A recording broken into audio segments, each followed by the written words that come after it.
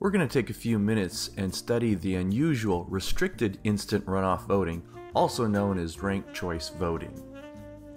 A federal lawsuit has been filed in San Francisco over the use of a restricted instant runoff voting system, where individuals are permitted to rank at most 3 candidates, which limits the ability of some voters to equally participate in elections and regularly disenfranchises some voters. This impact falls disproportionately on voters who prefer less popular candidates. The use of restricted IRV has often resulted in elections of candidates with less than a majority of the total votes cast, and likely altered election outcomes from what would have resulted under the standard unrestricted IRV or under the traditional primary runoff system.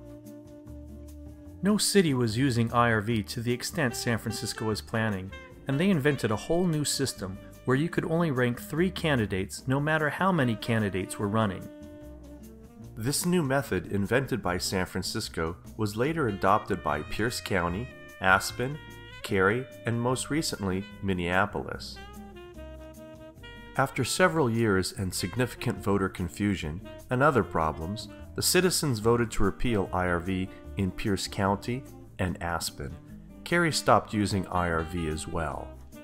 And in the first restricted IRV election, Minneapolis suffered a very high spoiled ballot rate and elected a candidate without a majority, as reported here in the local newspaper.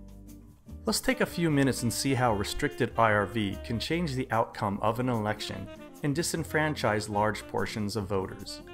Taking a look at this example, you will see that there are 23,500 voters, but notice 17,000 voters are split between 2 strong candidates, Alice and Bill.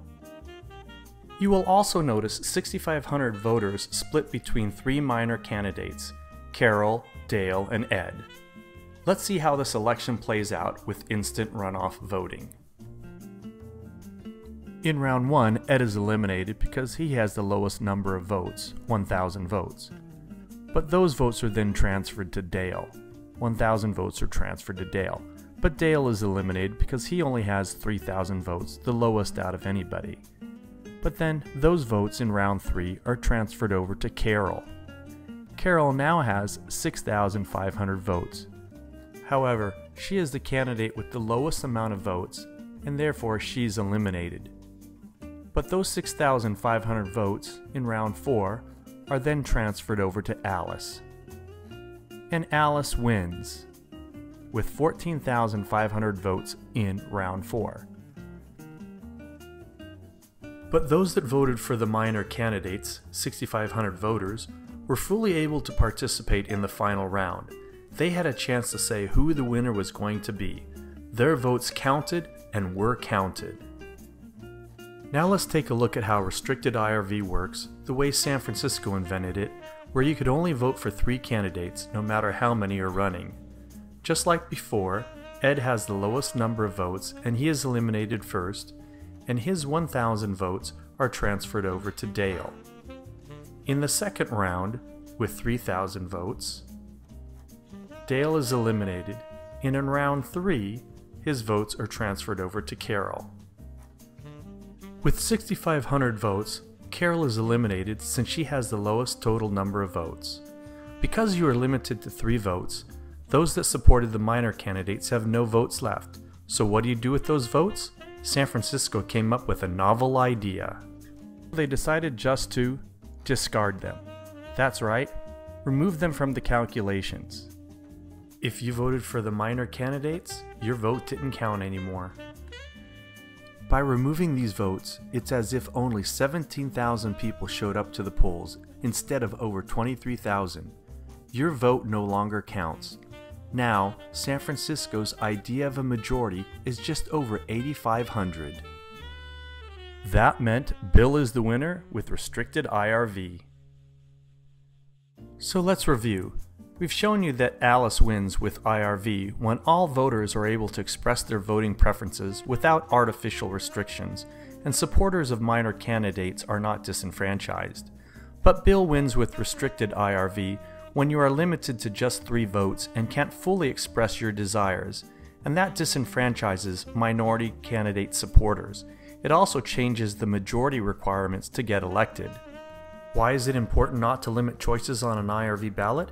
Let's take a look at one of San Francisco's official ballots. In this recent election for Board of Supervisors in District 5, there were 22 candidates running, yet you were restricted to 3 choices. In the upcoming November election, there's already one race with 20 candidates declared. When the voters of San Francisco chose to go with instant runoff voting, it stipulated that you should be able to rank all candidates unless the city decided not to. Here's the actual results from one of San Francisco's restricted IRV races. While some voters are permitted to have a vote counted in each and every round of balloting and tabulation, certain voters, because they chose less popular candidates in the early rounds, are denied the ability to have any vote counted at all in the later rounds of balloting, in this case 19.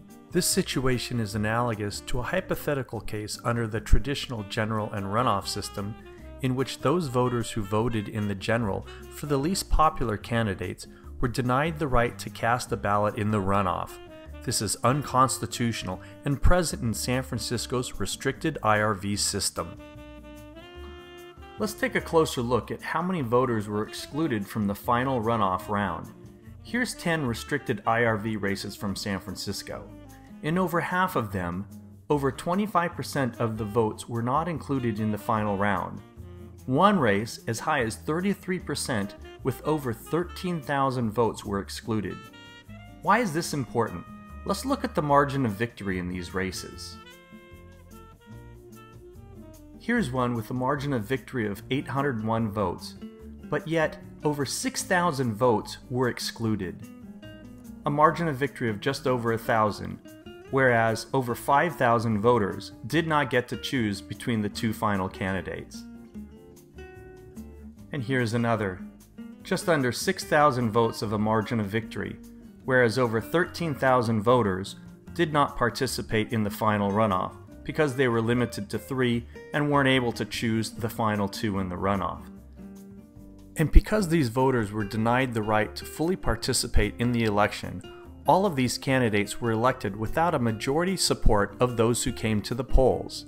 In fact, these 3 examples, the support hovers near 40%, but Measure A promised candidates would be elected with a majority.